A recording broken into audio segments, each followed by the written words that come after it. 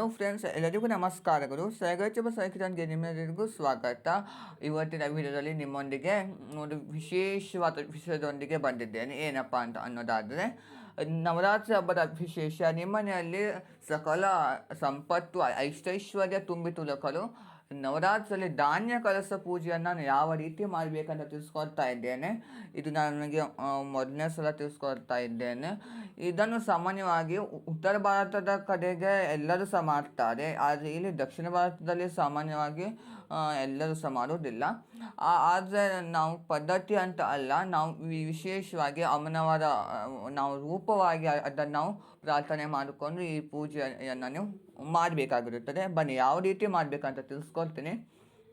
ಈ ಧಾನ್ಯ ಕಲಸದ ಪೂಜೆಯನ್ನು ನೀವು ಮಾಡುವುದಾದರೆ ಒಂದು ಮಡಿಕೆಯನ್ನು ನೀವು ತೆಗೆದುಕೊಳ್ಳಿ. ಮಡಿಕೆ ಅಂದರೆ ಮಡಿಕೆಯನ್ನು ಸಹ ಅಲ್ಲ, ಒಂದು ದೊಡ್ಡದಾಗಿರುವಂಥ ಒಂದು ಪ್ಲೇಟ್, ಮಣ್ಣಿನ ಪ್ಲೇಟಲ್ಲಿ ನೀವು ತೆಗೆದುಕೊಂಡು ಬೇಕು.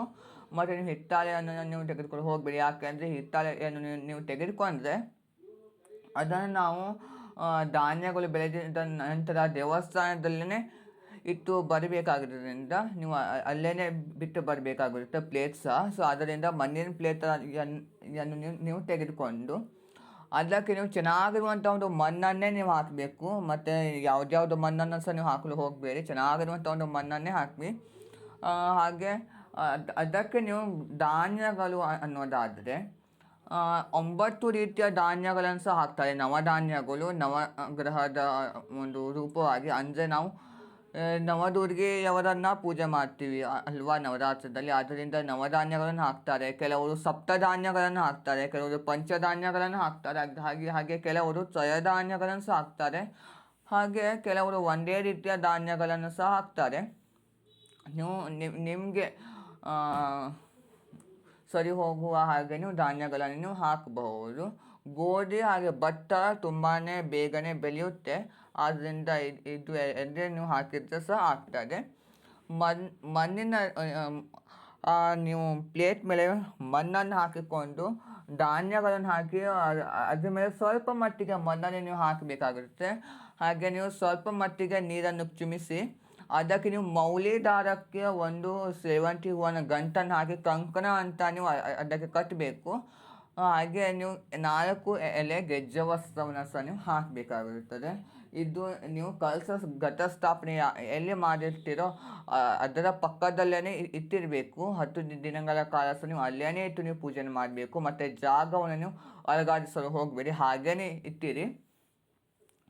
ಈ ಪೂಜೆಯನ್ನು ನೀವು 3ನೇ ತಾರೀಕಿನಿಂದ ಪ್ರಾರಂಭ ಮಾಡಬೇಕು. ಧಾನ್ಯಗಳನ್ನು ನೀವು ಹಾಕುವಾಗ ಹಿಂದಿನ ದಿವಸ ಅಂದರೆ 2ನೇ ತಾರೀಕು ಬುಧವಾರನೇ ರಾತ್ರಿ ಸಮಯದಲ್ಲಿ ನೀವು ನೆನೆಸಾಕಿ 3ನೇ ತಾರೀಕು ಬೆಳಿಗ್ಗೆ ನೀವು ವಿಶೇಷ ಘಟಸ್ಥಾಪನೆ ಮಾಡುವಂಥ ಒಂದು ಸಮಯದಲ್ಲಿ ನೀವು ಈ ಧಾನ್ಯ ಕಲಶ ಪೂಜೆಯನ್ನು ನೀವು ಮಾಡಬೇಕು.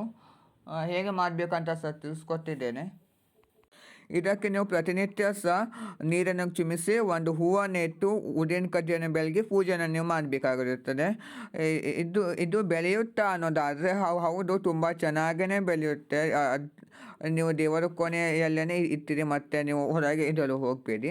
ದೀಪದ ಉಷ್ಣಾಂಶಕ್ಕೆ ಅದು ಬೆಳೀತಾನೆ ಹೋಗ್ತದೆ. ಮತ್ತು ನೀವು ತುಂಬ ನೀರನ್ನು ಸಹ ಹಾಕಲು ಹೋಗಬೇಡಿ, ಸ್ವಲ್ಪ ಮಟ್ಟಿಗೆ ಹಾಕಬೇಕು. ತುಂಬ ಹಾಕಿದರೆ ಸಹ ಅದು ಧಾನ್ಯಗಳು ಕೊಳೆಯಲು ಚಾನ್ಸಸ್ ಇರ್ತದೆ, ಅದರಿಂದ ತುಂಬ ಹಾಕಲು ಹೋಗಬೇಡಿ. ಮೊದಲನೇ ದಿವಸ 2ನೇ ದಿವಸ ಅದು ಮೊಳಕೆ ಹೊಡೆಯುವುದಿಲ್ಲ. ನೀವು ಕೆಳಭಾಗದಲ್ಲಿ ಮನೆಯಲ್ಲಿ ಅದು ಬಂದಿರುತ್ತೆ, ಆದರೆ ಅದು ಮೇಲೆ ಬಂದಿರುವುದಿಲ್ಲ. ನೀವು ಸ್ವಲ್ಪ ದಿನಗಳು ಕಾಯ್ದರೆ 5ನೇ ದಿವಸದ ಸುಮಾರಿಗೆ ನೀವು ಮೇಲೆ ಬರ್ತದೆ. ಅದು ಅದರದ್ದು ಗರಿಕೆಗಳು ಸಹ ಬರ್ತದೆ. ಹಾಗೆ ನೀವು 10 ದಿನಗಳ ಕಾಲ ಸಹ ತುಂಬ ಚೆನ್ನಾಗೇ ಬೆಳೆಯುತ್ತೆ ಅದು ಧಾನ್ಯ. ನೀವು ಏನೂ ಸಹ ತಲೆ ಕೆಡಿಸ್ಕೊಳ್ಳಲು ಹೋಗಬೇಡಿ.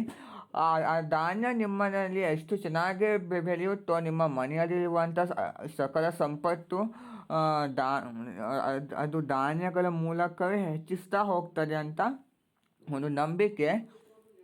ನೀವು ಈ ಧಾನ್ಯಗಳನ್ನು ಪ್ರತಿಷ್ಠಾಪನೆ ಮಾಡುವಾಗ ಮನೆಯನ್ನು ಹಾಕಿ ಕೆಲ ಭಾಗದಲ್ಲಿ ಒಂದು ರಂಗೋಲಿಯನ್ನು ಹಾಕಿಕೊಂಡು ಈ ಧಾನ್ಯಗಳನ್ನು ಆ ರಂಗೋಲಿ ಮೇಲೆ ಇಟ್ಟು ನೀವು ದಿನನಿತ್ಯ ನಾನು ಹೇಳಿಕೊಟ್ಟಿರುವ ಒಂದು ವಿಧಾನದಲ್ಲಿ ಪೂಜೆಯನ್ನು ಮಾಡಬೇಕು.